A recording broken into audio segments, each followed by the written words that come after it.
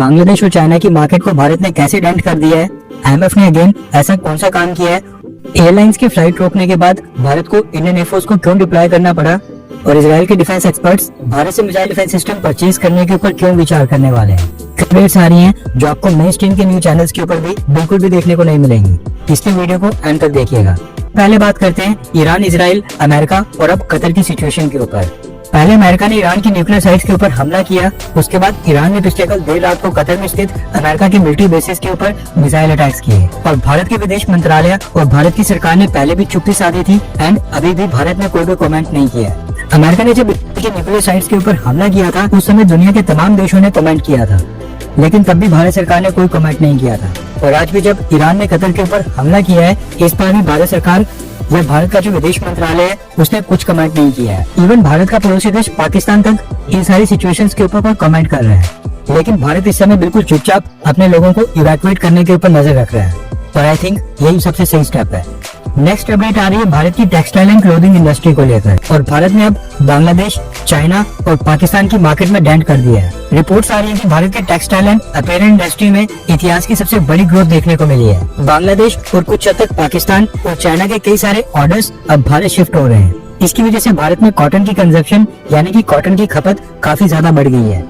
ज्यादा raw materials आने का मतलब है कि प्रोडक्शन डबल से भी ज्यादा हो गई है। प्रोडक्शन ज्यादा इसलिए हो रही है क्योंकि इंटरनेशनल अपैरल और क्लोथिंग ब्रांड्स के ऑर्डर्स अब भारत में ज्यादा आ रहे हैं, इसलिए कई सारे इंटरनेशनल क्लोथिंग ब्रांड्स पहले से भारत में अपना बेस सेटअप करने लगे हैं।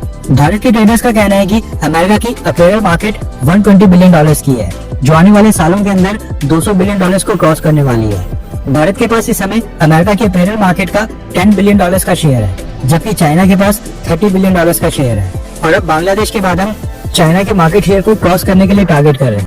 नेक्स्ट अपडेट आ रही है बांग्लादेश और आईएमएफ को लेकर। आईएमएफ ने एक बार फिर से बांग्लादेश के ऊपर मेहरबानी दिखाई है। रेफरेंस के लिए आपकी स्क्रीन के ऊपर आर्टिकल का स्क्रीनशॉट है। आईएमएफ ने जो बांग्लादेश को 4.7 बिलियन डॉलर्स की फाइनेंशियल असिस्टेंस देनी थी, उसमें से 1.3 बिलियन डॉलर्स आईएमएफ ने बांग्लादेश की गवर्नमेंट को रिलीज कर दिए हैं। 2 दिन बाद 26 जून को ये 1.3 बिलियन डॉलर्स बांग्लादेश की गवर्नमेंट के अकाउंट में ट्रांसफर हो जाएंगे। इसके साथ ही एडिशनल 576 मिलियन डॉलर्स भी आईएमएफ ने बांग्लादेश के लिए स्पेशल ड्राइंग राइट्स के रूप में अप्रूव कर दिए हैं। आईएमएफ ने कहा है कि पॉलिटिकल और इकोनॉमिक इंस्टेबिलिटी के बावजूद बांग्लादेश की परफॉर्मेंस काफी सेटिस्फैक्टरी है, इसलिए उन्होंने बांग्लादेश की हिस्से की असिस्टेंस को बांग्लादेश की गवर्नमेंट के अकाउंट में ट्रांसफर कर दिया है। बांग्लादेश की अमेरिका के साथ दोस्ती क्या हुई, अब आईएमएफ भी बांग्लादेश के ऊपर लगातार मेहरबान हो रहा है और ये बांग्लादेश को यूएस आर्मी को बेस बनाने का गिफ्ट ही मिल रहा है। नेक्स्ट अपडेट आ रही है भारत और ग्रीस के बारे में। अब क्योंकि टर्की डिप्लोमेटिक के साथ साथ सैन्य तौर पर भी भारत के दुश्मन पाकिस्तान के साथ खड़ा है, इसलिए भारत का टर्की के दुश्मन नंबर 1 ग्रीस के साथ सैन्य संबंधों को मजबूत करना तो बनता है। दरअसल ग्रीस पिछले काफी समय से इंडियन एयरफोर्स के चीफ को अपने देश पे इनवाइट कर रहा था एंड अब काफी सोच विचार के बाद भारत ने ग्रीस के साथ सैन्य संबंध को नेक्स्ट लेवल के ऊपर ले जाने का फैसला किया है। न्यूज निकल कर आ रही है कि इंडियन एयरफोर्स के चीफ एपी सिंह सर पिछले कल ग्रीस की विजिट के ऊपर पहुंचे हैं।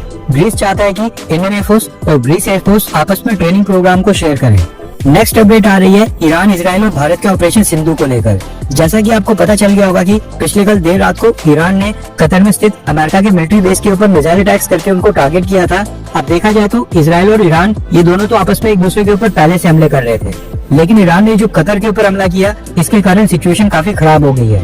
मिडिल ईस्ट के जितने भी गल्फ देश हैं, ये सारे कतर के साथ आकर खड़े हो गए और ईरान को कंडेम कर रहे हैं। मैप के ऊपर आप देख सकते हैं कि कतर मिडिल ईस्ट के बीचों बीच में है, और जैसे ही न्यूज आएगी ईरान ने कतर में स्थित अमेरिका के बेसिस के ऊपर बैलिस्टिक मिसाइल्स फायर कर दिए हैं, उसके बाद से मिडिल ईस्ट के सभी देशों की एयर स्पेस में अफरा तफरी मच गई थी। सभी एयरलाइंस को अपने रूट्स को डाइवर्ट करना पड़ा था। कई घंटों तक कतर में कोई एयरक्राफ्ट भी लैंड नहीं हुआ और एक समय पर ऐसा लग रहा था कि पूरा मिडिल ईस्ट ही अभी वॉर की चपेट में आ जाएगा। कमर्शियल एयरलाइंस के लिए सिचुएशन काफी टेंस होती है। ऊपर से सेफ्टी स्टैंडर्ड्स के चलते कई एयरलाइंस ने मिडिल ईस्ट की सारी फ्लाइट्स कैंसिल ही कर दी थी, इसलिए भारत सरकार ने इजराइल से इवैक्यूएशन ऑपरेशन के लिए इंडियन एयरफोर्स के मिलिट्री ट्रांसपोर्ट एयरक्राफ्ट को डिप्लॉय कर दिया था, क्योंकि कमर्शियल प्लेन्स ईरान के अटैक के बाद फ्लाई नहीं कर रहे थे।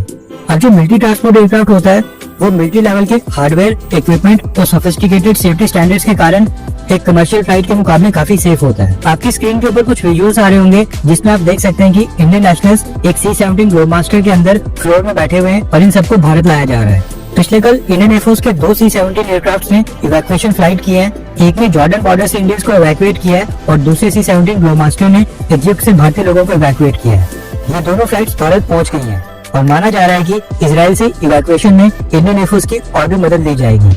दिन में जब ये वीडियो रिकॉर्ड हो रही है, अभी तक इजराइल से 594 इंडियंस को इवैक्यूएट करके भारत लाया गया है और ईरान से अराउंड 2295 इंडियंस को भारत वापस ला लिया गया है। ईरान की बात करें तो ईरान के मशाद एयरपोर्ट से अभी भी इवैक्यूएशन फ्लाइट्स ऑपरेट हो रही हैं। नेक्स्ट अपडेट आ रही है भारत में अमेरिका की एम्बेसी को लेकर। जब से डोनाल्ड ट्रंप अमेरिका में प्रेसिडेंट बने हैं, तब से अमेरिकन गवर्नमेंट अजीबोगरीब और बेहुदा किस्म के वीजा नियम बना रही है। अब भारत में जो अमेरिका की एम्बेसी है, उन्होंने अनाउंस किया है कि भारत का जो भी व्यक्ति अमेरिका के वीजा के लिए अप्लाई कर रहा है, वो अपने सोशल मीडिया अकाउंट्स को प्राइवेट से पब्लिक कर ले।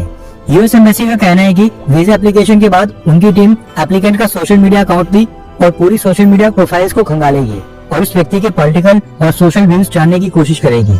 उसकी आइडियोलॉजी जानने की कोशिश की जाएगी ताकि वो व्यक्ति एक्सट्रीमिस्ट, एंटीसेमिटिक या फिर एंटी अमेरिका ना हो। ये जो विजुअल्स इस समय आपकी स्क्रीन के ऊपर चल रहे हैं, ये इजराइल से आ रहे हैं और आज दिन को ईरान के मिसाइल अटैक्स में ये नुकसान और डैमेज हुआ है। रिसेंट अटैक्स में ये देखा गया है कि इजराइल के आयरन डोम डिफेंस सिस्टम की एक्यूरेसी काफी कम हो गई है।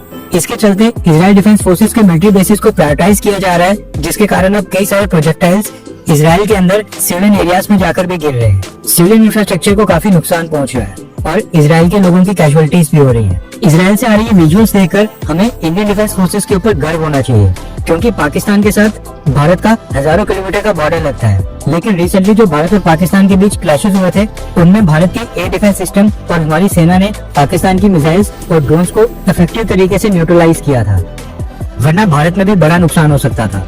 नेक्स्ट अपडेट आ रही है चाइना से। न्यूज निकल कर आ रही है कि भारत के national security adviser Ajit Doval sir SCO countries के एनएसएस की मीटिंग में हिस्सा लेने के लिए चाइना पहुंच गए हैं और मीटिंग से पहले उन्होंने चाइना के विदेश मंत्री वांग यी के साथ बायलैटरल मीटिंग भी की है। भारत चाहता है कि इस साल का जो एससीओ समिट होगा, उसकी जो जॉइंट स्टेटमेंट आएगी, उसमें पहलगाम हमले को मेंशन करके क्रॉस बॉर्डर टेररिज्म की कंडेमनेशन भी शामिल की जाए। अब बाकी देश इसके लिए मानते हैं या फिर नहीं, ये तो एससीओ समिट के समय पता चलेगा। लेकिन न्यूज निकल कर आ रही है कि पाकिस्तान के बलूचिस्तान में जो ट्रेन हाईजैक हुई थी, पाकिस्तान भी उसको एससीओ की जॉइंट स्टेटमेंट में शामिल करके उसको भारत के साथ लिंक करना चाहता है। अब देखना ही होगा कि फाइनली किसकी बात सुनी जाती है।